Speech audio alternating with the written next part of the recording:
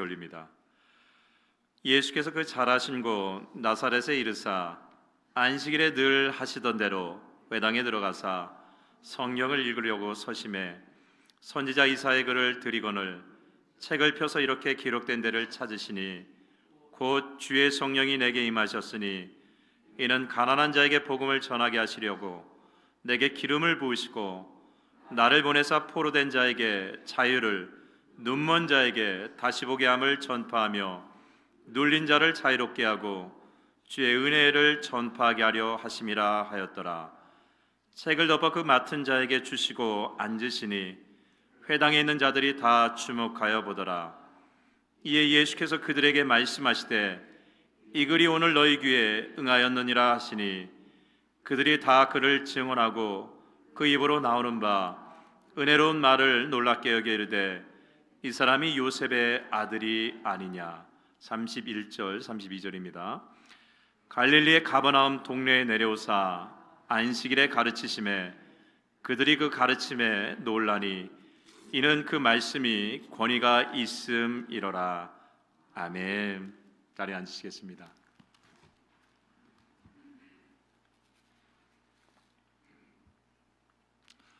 예수 믿는 사람을 가르쳐서 예수를 닮아가는 사람이라고 얘기합니다. 우리 신앙의 목적이 그겁니다. 우리 신앙의 목적은요, 예수 그리스도를 닮아가는 사람입니다. 그래서 감리교 신학에서는 보통 뭐라고 하냐면은 이 과정을 성화라고 합니다. 거룩한 예수 그리스도를 닮아가는 과정이 우리 믿음의 여정이라고 우린 그렇게 얘기하고 있습니다. 우리가 예수 그리스도를 닮아가기 위해서는요, 거룩한 예수 그리스도의 그 성품, 그 모습을 닮아가기 위해서는요, 여러 가지 중요한 것들이 있습니다. 근데 그 중에 정말 중요한 게 하나가 뭐냐면은 습관이에요. 습관. 내가 어떤 삶의 루틴을 가지고 살아가느냐, 내가 어떤 반복적인 행동을 하느냐라는 이 습관이 정말 중요합니다. 왜냐하면 사람은요, 반복적인 행동이 그 습관이 되거든요. 그 행동이 결국 뭡니까? 내 삶의 내용이 되기 때문에 그렇습니다. 그래서 극작가 찰스 리드 같은 사람은 우리 잘 아는 얘기, 그런 얘기 하잖아요. 행동이 모여서 뭐가 됩니까? 행동이 모여서 습관이 되고, 습관이 곧 그 사람의 성격이 되고 그 사람의 운명, 삶의 내용이 된다라고 얘기를 합니다.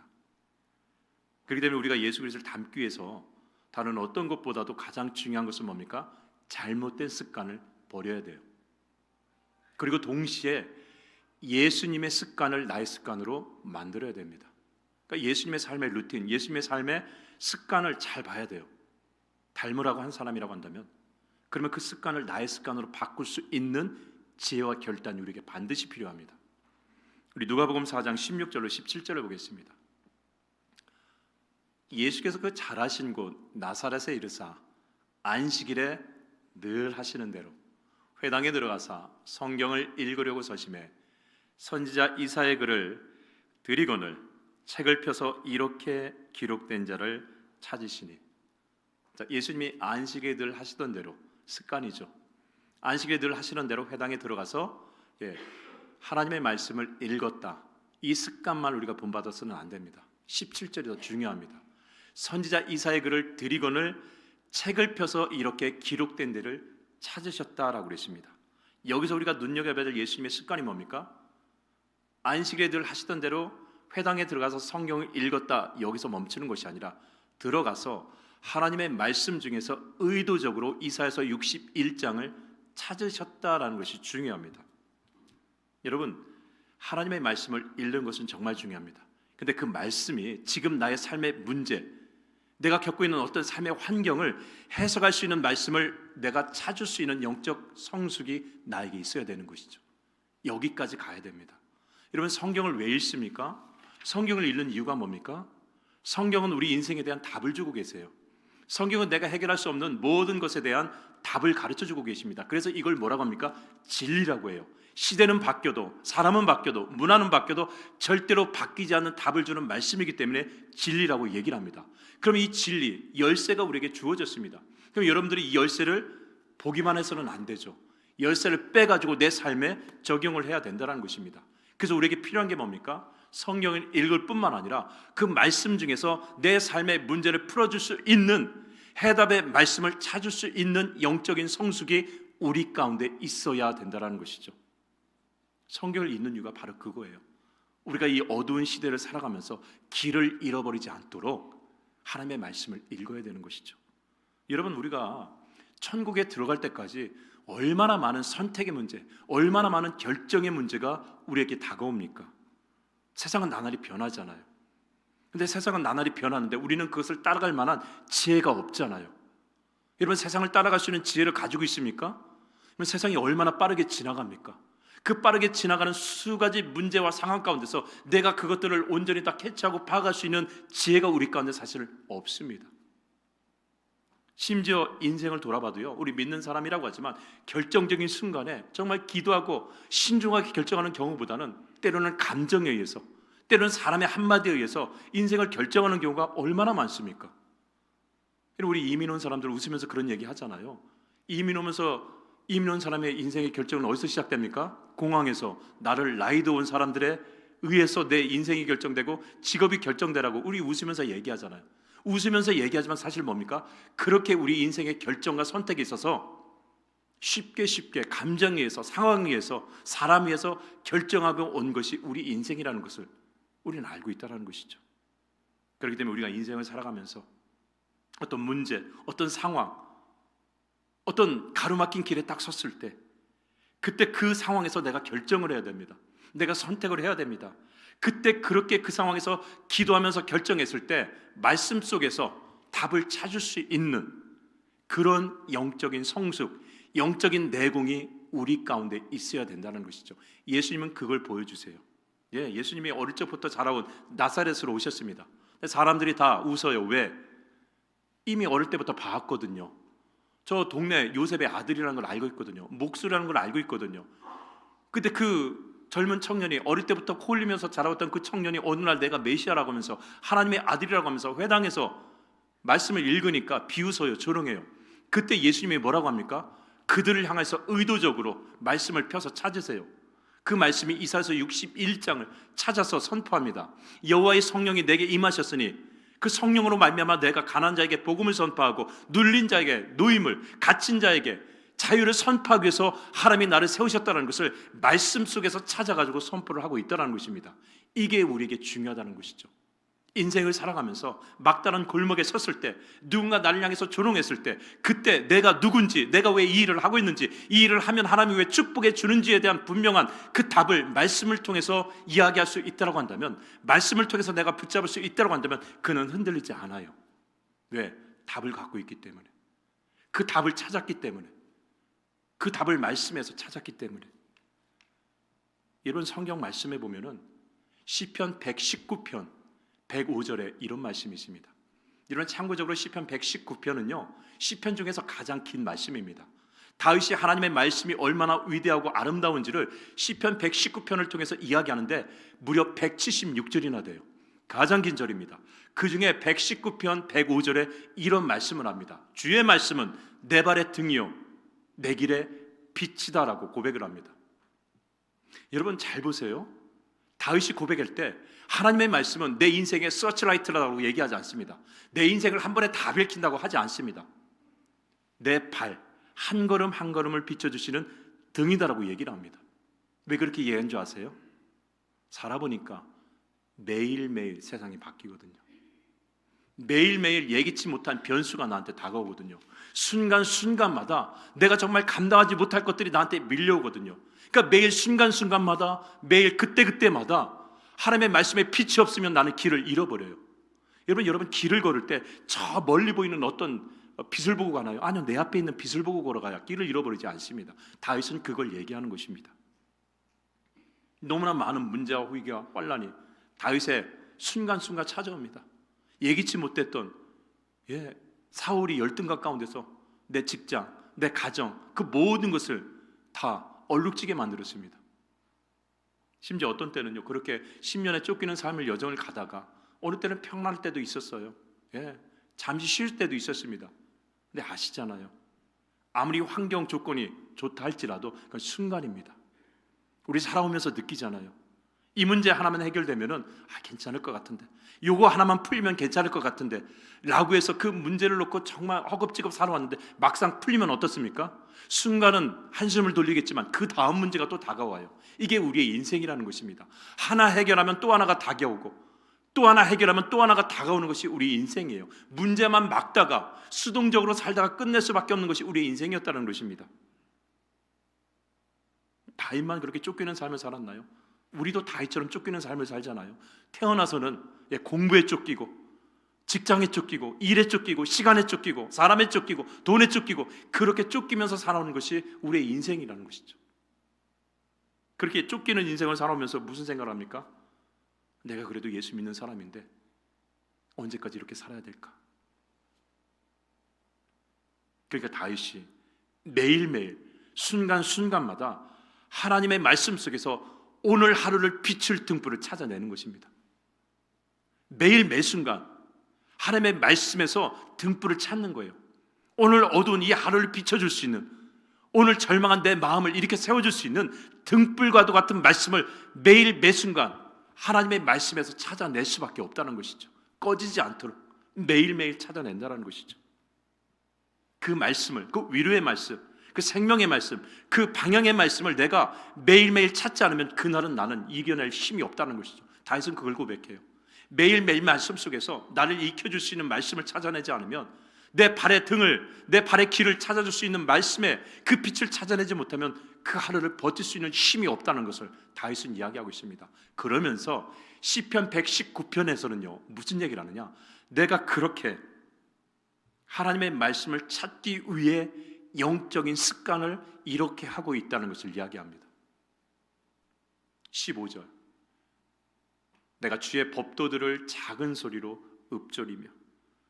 23절, 고관들도 앉아서 나를 비방하여 싸우나 주의 종은 주의 율례들을 작은 소리로 읊조렸나이다.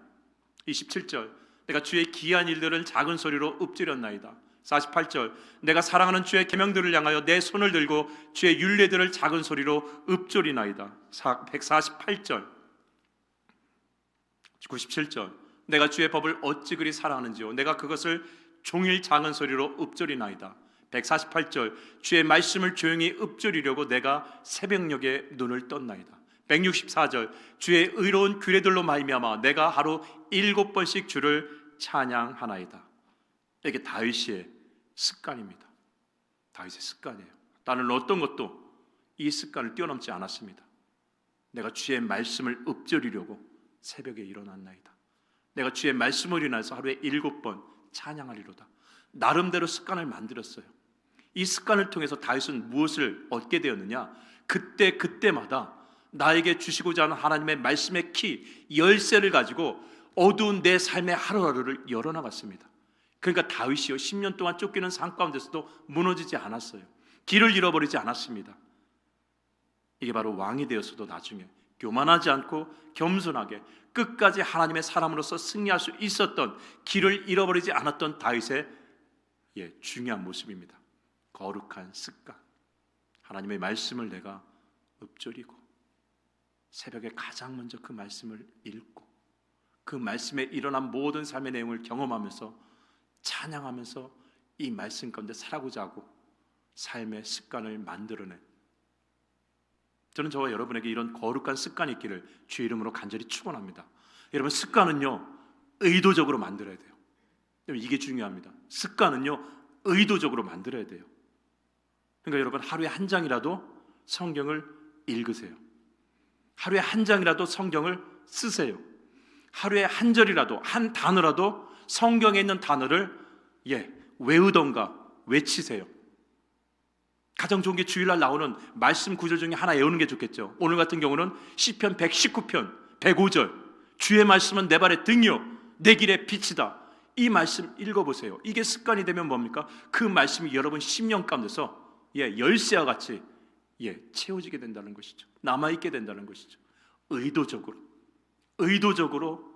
행동하고 의도적으로 말함으로 인해서 내 삶의 패턴을 만들고 습관을 만듦으로 말미암아 그게 쌓이면 다윗처럼, 예수 그리스도처럼 적시적소에 하나님의 말씀을 펴서 찾아낼 수 있는 영적인 힘과 영적인 성숙이 여러 가운데 있는 줄 믿습니다.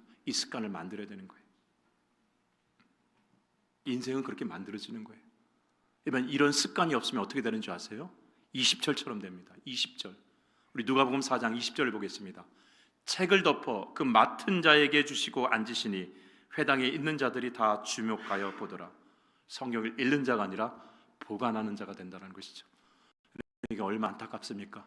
생명의 말씀을 보관하는 자, 사용하는 자가 아니라, 찾아서 펼쳐서 여는 자가 아니라 그냥 보관하는 자, 맡은 자로서의 삶이라는 것이 얼마나 안타깝습니까? 여러분, 차에 성경책을 보관한다고 해서 그 차가 사고 나지 않습니까? 아니요, 차에 놓기만 하면은 햇빛에 발해서 부끄러울 뿐입니다. 여러분, 집에 책장에 성경책을 놓으면은 도둑이 안 들어옵니까? 먼지가 쌓여서 더 부끄러울 뿐이에요. 그 책을 펼쳐서 적어도 내 삶에 어려움이 왔다고 한다면 그 어려움을 어떻게 이겨낼지 말씀을 찾아가면서 열쇠를 찾고자 하는 노력이 우리에게 중요하다는 것이죠. 그리고 그렇게 찾았다고 한다면 적으세요. 쓰세요. 여러분, 성경에 글씨 쓴다고 해서 예수님이 내 말씀에 너가 감히 낙서를 해? 불경하다고 우리 혼내지 않으세요. 오히려 너무 깨끗해서 그게 부끄러울 뿐입니다. 그러니까 여러분, 의도적으로 읽고 찾고 말하고 듣고 봄으로 인해서 내 삶의 가장 많은 시간을 하나님의 말씀을 채워나가는 습관으로 만드는 것이 중요하다는 것이죠. 그게 바로 우리가 지금도 할 수 있는 거룩한 습관입니다. 이건 나이와 상관없습니다. 이 습관을 만드셔야 돼요. 두 번째로 우리 누가복음 4장 31절로 32절을 보겠습니다. 예수님의 두 번째 습관. 갈릴리의 가버나움 동네에 내려오사, 참고적으로 예수님이 베들레헴에서 태어나셨고요, 나사렛에서 자라셨고 가버나움으로 이사 가셨습니다. 가는 곳곳마다 회당에 들어가셔서 성경을 읽어서 펼쳐서 찾으시고, 그 다음에 안식일에 가르치심에, 그들이 그 가르치심에 논란이 이는 그 말씀이 권위가 있음이로라 라고 그랬습니다. 그러니까 주님의 두 번째 습관이 뭡니까? 가르치는 거예요. 예수님의 이 가르치는 습관을 우리가 어떻게, 목사님, 적용할 수 있습니까? 나는 가르치는 은사가 없는데. 여러분, 가르친다라는 것의 전제 조건이 뭡니까? 남한테 무슨 얘기를 하기 위해서, 남한테 무슨 얘기를 전달하기 위해서, 선포하기 위해서, 알려주기 위해서는 가장 큰 전제가 뭐냐면 이해예요. 내가 어떤 사실을 알아야 됩니다. 깨달아야 돼요. 그 다음에 그거에 대한 확신이 있어야 돼요. 그러니까 가르친다는 것은 지식의 문제가 아닙니다. 가르친다는 것은 내가 그거에 대해서 충분히 내가 깨닫고 이해했느냐, 그리고 그 깨닫고 이해한 것을 내가 붙잡고 살아갈 수 있는 신념이 있느냐, 그래야 누구한테 말할 수 있거든요. 그걸 누구한테 전할 수 있거든요. 이게 성경에서 말하는 가르침입니다. 여러분, 잘 보세요. 가르침은요, 세상의 가르침을 말하는 게 아닙니다. 이 가르침은 예수 그리스도로 말미암아 나한테 주어진 어떤 영적 진리에 대한 이해, 깨달음, 그리고 그것이 내 삶의 신념이 돼가지고 누군가에게 말하지 않으면 안 돼요. 이 기쁨을 말하지 않으면 안 돼요. 이 위기를 말하지 않으면 안 돼요. 이 영적 경각심을 말하지 않으면 안 돼요. 그래서 외칠 수밖에 없는 것이 가르침이라는 것이죠. 내가 가르친다는 것, 이해하고 확신을 갖기 위해서는요, 첫 번째 습관이 중요합니다. 말씀을 읽고 그 말씀에서 답을 찾는 영적인 성수. 왜냐면요, 매일 매순간 우리 앞에 밀려오는 이 문제들, 매일 매순간 나한테 이 밀려오는 세상의 모든 것들을 말씀이라는 곳에서 펼쳐서 찾을 수 있는 영적인 습관과 영적인 성숙이 있는 사람은 알아요. 이 세상이라는 게 이게 그냥 흘러가는 것이 아니구나. 이 세상이라는 것이 보이는 것으로 나타나는 것으로 된 것이 아니구나. 이 세상은 인간의 역사가 아니라 하나님이 주권자가 되시고 이 세상을, 이 인간의 역사를 끌고 가시는 하나님의 계획이 있다는 것을 보게 됩니다. 그리고 이 계획을 가로막는 악한 세력, 사단 마귀의 계획이 있다는 것을 보게 됩니다. 그리고 그 마지막 결론, 그 결론은 예수 그리스도가 다시 오셔서 하나님의 나라를 온전히 세우신다는 하나님의 나라와 예수 그리스도에 대한 분명한 결론을 가지고 있습니다. 그러니까 이해와 확신이 딱 되는 거예요. 인생에 대해서, 삶에 대해서, 이 세상에 대해서 이해가 되고 확신이 되는 것입니다. 내가 어떻게 살아야 될지, 내 목표는 소망이 무엇인지에 대한 분명한 이해와 확신이 있어요. 그 이해와 확신이 있으니까 어떻게 됩니까? 말할 수 있는 거예요. 예수 믿으라고. 예수 믿으라고. 여러분, 예수 믿으라고라는, 예수 믿으세요라는 것은요, 이건 뭡니까? 이게 진정한 가르침이에요. 인생의 답을 모르는, 눈에 보이는 세상을 위해서 살아가는 그 모든 영혼들에게 답을 알고 있는 나는 말할 수 있는 거예요. 예수 그리스도가 답이고 예수 그리스도가 생명이고 예수 그리스도의 나라가 진정한 우리의 축복이라는 것을 말할 수 있는 것입니다. 그러니까 어부인 베드로가 얼마나 무식합니까? 어부인 베드로가 율법에 능통했던 그 학자들, 바리새인들, 서기관들에게 무슨 얘기합니까? 예수 그리스도가 진리요 그리스도라는 것을 가르치는 거예요. 선포하는 것입니다. 죄수였던 바울이 로마 총독에게, 아그리파 왕에게 예수 그리스도가 진리라는 것을 가르치는 것입니다. 선포하는 거예요. 왜냐하면 그걸 내가 알았기 때문에, 깨달았기 때문에, 믿었기 때문에, 신념으로 다가왔기 때문에 이걸 말할 수밖에 없는 거예요. 누군가에게 주 예수 그리스도를 믿어라. 그리하면 너와 내 집이 구원을 얻으리라. 너희들이 죽인 예수 그리스도를 하나님의 주와 그리스도가 되게 하셨느니라. 하나님의 말씀을 듣는 것이 너희 말을 듣는 것보다 더 나은지 한번 생각해봐라, 판단해봐라 라고 하면서 세상을 향해서 진리를 말하고 가르치고 선포할 수 있는 것이라는 것이죠. 전 여러분의 모두에게 이런 거룩한 지식, 이런 거룩한 지식을 소유하고 그 지식이 머리에서만 맴도는 것이 아니라 여러분의 삶을 끌고 가는 확신과 신념이 될 수 있기를 주의 이름으로 간절히 축원합니다. 그래서 누구 앞에 서더라도 예수를 가르칠 수 있는, 예수를 말할 수 있는 그 영적인 아름다운 모습, 영적인 당당함이 저와 여러분에게 있기를 주의 이름으로 간절히 축원합니다. 우리 다른 건 몰라도요, 다른 건 무식해도 상관없어요. 죄송합니다, 무식하다는 얘기입니다. 근데 예수 그리스도에 대해서는 무식해서는 안 됩니다. 아시겠죠? 예수 그리스도를 모르고 믿는 것은요, 그건 의미가 없습니다. 내가 예수 그리스도가 어떤 분인지를 정확히 알고 믿어야 그 믿음이 정확한 믿음이에요. 예수 그리스도를 믿는다, 거기에 담겨있는 것을 정확히 알아야 가르치고 전하고 선포할 수 있다는 것이죠. 여러분, 그렇게 예수 그리스도처럼 이 거룩한 습관, 가르치고 읽고 확신하고 말할 수 있는 거룩한 습관이 있을 때, 그때 주어지는 게 뭔지 아세요? 우리에게 주어지는 축복이 있습니다. 우리 누가복음 4장 31절로 32절을 다시 한번 보겠습니다. 갈릴리 가버나움 동네에 내려오사 안식일에 가르치심에 그들이 그 가르치심에 놀라니 이는 그 말씀이 권위가 있음이로라. 권위가 있습니다. 거룩한 습관을 가진 사람, 그 거룩한 습관을 통해서 하나님의 말씀의 답을 찾아낼 수 있는 사람, 그리고 거룩한 습관을 통해서 하나님의 말씀의 확신을 가진 사람, 그 사람에게 주시는 것이 뭐냐? 권위예요. 영적인 당당함입니다. 세상에 휘둘리지 않고, 사람에 휘둘리지 않고, 상황에 휘둘리지 않고 당당하게 믿음의 길을 걸어가며 하나님에 대해서 부끄럽지 않고 복음에 대해서 부끄럽지 않게 당당하게 살아갈 수 있는 권위가 우리에게 주어지는 줄 믿습니다. 이 축복이 우리에게 있는 거예요. 여러분, 이 마지막 시대에 교회에 가장 필요한 게 뭔지 아십니까? 권위예요. 목사로서의 권위, 장로로서의 권위, 권사로서의 권위, 집사로서의 권위, 속장로서의 권위, 인도자로서의 권위, 예수 믿는 사람로서의 권위가 우리 가운데 있어야 된다는 거죠. 여러분, 이 권위는 어떻게 만들어줍니까? 하나님이 주시죠. 그러나 그 권위를 세우고 낮추는 것은 결국 뭡니까? 나의 책임이에요. 여러분, 잘 생각해 보세요. 목사로서, 장로로서, 권사로서, 집사로서의 그 모든 권위 하나님이 주시는 것입니다. 그런데 그 권위를 세우고 그 권위를 부끄럽게 만들고 그 권위를 당당하게 만들 수 있는 그 모든 책임은 누구에게 있습니까? 우리 가운데 있는 거예요. 우리 가운데 있는 것입니다. 그 권위가, 그 영적 당당함이 있기 위해서는요, 가장 쉬운 것부터, 습관부터 바꾸는 거예요. 잘못된 습관 다 끊어버리고 거룩한 하나님의 습관, 그 말씀을 읽고 듣고 보고 말하는 그 시간을 만들어 간다는 것이죠. 오늘부터 할 수 있기를 주의 이름으로 간절히 축원합니다. 습관은요, 빨리 만들어야 돼요. 그래서 오늘 다른 거 없습니다. 그냥 읽고 듣고, 그리고 아까 말했듯이 설교 시간에 나온 말씀 중에서 내가 붙잡아야 된다고 생각하면 그냥 애우세요. 시편 119편 105절, 주의 말씀은 내 발의 등이요 내 길의 빛이다.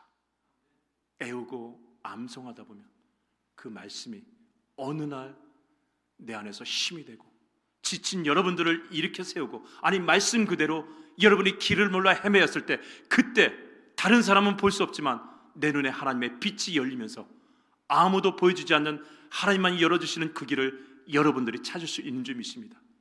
그렇게 가기 위해서 거룩한 습관, 예수 그리스도 같은 거룩한 습관을 오늘부터 만들어 나갈 수 있기를 주의 이름으로 간절히 축원합니다. 우리 시간에 눈을 감고 같이 좀 기도했으면 좋겠습니다. 우리 두 가지 놓고 기도합니다. 첫 번째는 하나님, 잘못된 습관 끊게 하여 주시옵소서. 우리 생각해 보세요. 얼마나 잘못된 습관이 많습니까? 우리 핸드폰을 통해서 잘못된 습관, 또 살아가면서 잘못된 습관, 게으르고 나태했던 그 모든 것들 하나님 이 시간에 결단하게 하시고 끊게 하시고, 두 번째, 이제 세상적인 모든 잘못된 습관을 끊었다고 한다면 오늘 말씀에 주님이 주셨던 것처럼 거룩한 습관, 말씀을 찾아 읽으며 그 말씀 가운데 답을 찾을 수 있는 그 거룩한 습관이 나에게 있게 하여 주시옵소서. 우리 같이 기도하고 하나님 앞에 나가도록 하겠습니다. 같이 기도합니다. 우리 철저히 하나님 앞에 결단하며 나가기 원합니다. 주님, 내 삶에 반복적으로 행해졌던, 그래서 하나님 앞에 나가지 못하게 하고 우리의 영적인 것을 더 하나님 앞에 온전히 세우지 못했던 그 잘못된 모든 습관들을 끊어내게 하여 주시옵소서. 결단케 하여 주시옵소서. 이제는 나의 삶에 있어서 주님이 원하시고 주님이 기뻐하시는 삶의 거룩한 습관들을 만드는 시간이 되게 하여 주시옵소서. 예수 그리스도처럼 하나님 늘 하시던 대로 하나님의 말씀을 읽을 뿐만 아니라 그 말씀 가운데서 지금 내 삶을 풀어나갈 수 있는 영적인 열쇠 같은 말씀을 찾아낼 수 있는, 펼쳐 찾아낼 수 있는 영적인 성숙이 일어날 수 있도록 작은 것 하나부터도 하나님을 닮아가는, 예수 그리스도를 닮아가는 그 습관을 만들어낼 수 있도록 인도해 주시옵소서. 하나님, 무엇보다도 생명의 말씀, 답의 열쇠가 담겨있는 예수 그리스도의 복음의 말씀을 읽기 원합니다. 한 구절이라도 읽기 원합니다. 한 구절이라도 외우기 원합니다. 한 구절이라도 귀에 듣기 원합니다. 주여, 우리의 삶에 하나님의 말씀이 습관이 되게 하시고 그 삶의 습관에 가장 많은 시간이 주 예수 그리스도의 복음의 말씀의 시간이 될 수 있도록 합의 도와주시고 인도해 주시옵소서. 그렇게 말씀으로 찾는 시간이 있는 사람들은 하나님의 귀한 말씀이 확신이 되고 신념이 돼서 세상에 휘둘리지 않고 사람에 휘둘리지 않고 시간에 휘둘리지 않고 오직 말씀 중간에 삶을 살아가는 아름다운 모습이 우리에게 있는 줄 믿습니다. 그렇게 말씀에 권위가 세워진 우리 믿음의 귀한 성도님들이 다 될 수 있도록 아버지 도와주시고 인도하여 주시옵소서. 주님 오시는 그날까지 세상에 흔들리고 사람에 흔들리고 물질에 흔들리고 시간에 흔들리지 않고 오직 주의 말씀, 내 발의 등이요 내 길의 빛이 되신 예수 그리스도의 복음을 따라가는 저희들이 다 될 수 있도록 인도하여 주시옵소서. 살아계신 하나님 아버지, 믿음의 여정 가운데서 정말 세상에 많은 것들이 밀려올 때 어떻게 해야 될지 모르는 그 안타까운 시간에서도 우리는 답을 찾지 못하고 있었습니다. 주님 말씀이라는 답을 주었지만 그 말씀을 펼쳐본 적이 없습니다. 그 말씀에서 키를 발견해야 되는데 그 키를 발견한 적이 없고 그냥 덮어놓았습니다. 주여, 이제 펼치게 하소서, 읽게 하소서, 듣게 하소서, 외우게 하소서. 그 말씀, 생명의 답의 열쇠를 이제 사용할 수 있는 영적 권위가 우리에게 있는 것을 깨닫게 하시고 삶의 모든 순간을 거룩한 습관으로 바꿔나가서 하나님의 권위를 가지고 당당하게 이 세상에 살아갈 수 있는 믿음의 성도님들로 세워 주시옵소서. 예수 그리스도의 이름으로 기도 올리옵나이다. 아멘. 우리 시간에 다 함께 일어나셔서 그 하나님의 나라에 이를 때까지, 주님 다시 오실 때까지 믿음으로 주님을 찬양하며 그 말씀을 붙잡고 하나님 앞에 나가기 원합니다.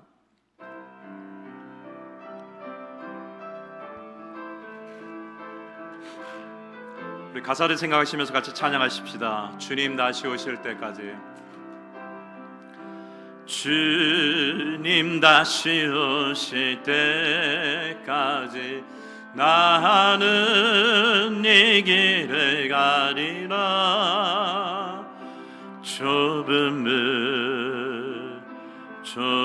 길 나의 십자가 지고 나의 가는 이 길 끝에서 나의 가는 이 길 끝에서 나는 주님을 보리라. 영광의 내 주님 나를 맞아주시리. 주님 다시 오실 때까지, 주님 다시 오실 때까지 나는 일어나 달려가리라.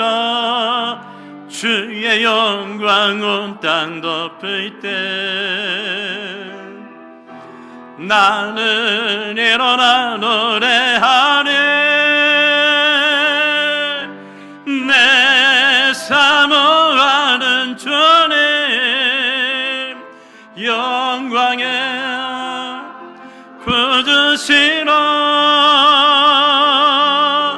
내 사모하는 주님 영광의 왕이. 우리 다시 한번 고백합니다. 주님 다시 오실 때까지, 주님 다시 오실 때까지 나는 이 길을 가리라. 좁은 길 좁은 길. 주님이 주신 십자가 지고 우리가 가는 이 길에 주님이 있는 줄 믿습니다. 나의 가는 이 길 끝에서 나는 주님을 보리라. 영광의 주님이 계신 줄 믿습니다. 그 주님이 우리를 기다리고 있는 줄 믿습니다. 나를 맞아 주시리. 우리 같이 결단하며 고백합시다. 주님 다시 오실 때까지 나는 일어나 달려가리라. 주의 영광 온 땅 덮을 때 나는 일어나 노래하네. 내 사모하는 주님 온 세상 구주시로 내 사모하는 주님 영광의 왕이시라. 마지막 주님이 우리를 안아주시는 그 순간까지 우리 믿음의 성도님들 지치지 않게 하시고 피곤치 않게 하시고 낭만치 않게 하시고 당당하게 믿음의 길을 걸어갈 수 있도록 힘과 능력과 은혜와 말씀을 주시는 성부, 성자, 성령님의 도우심과 인도하심이 영원토록 함께 하시기를 간절히 축원하옵나이다. 아멘.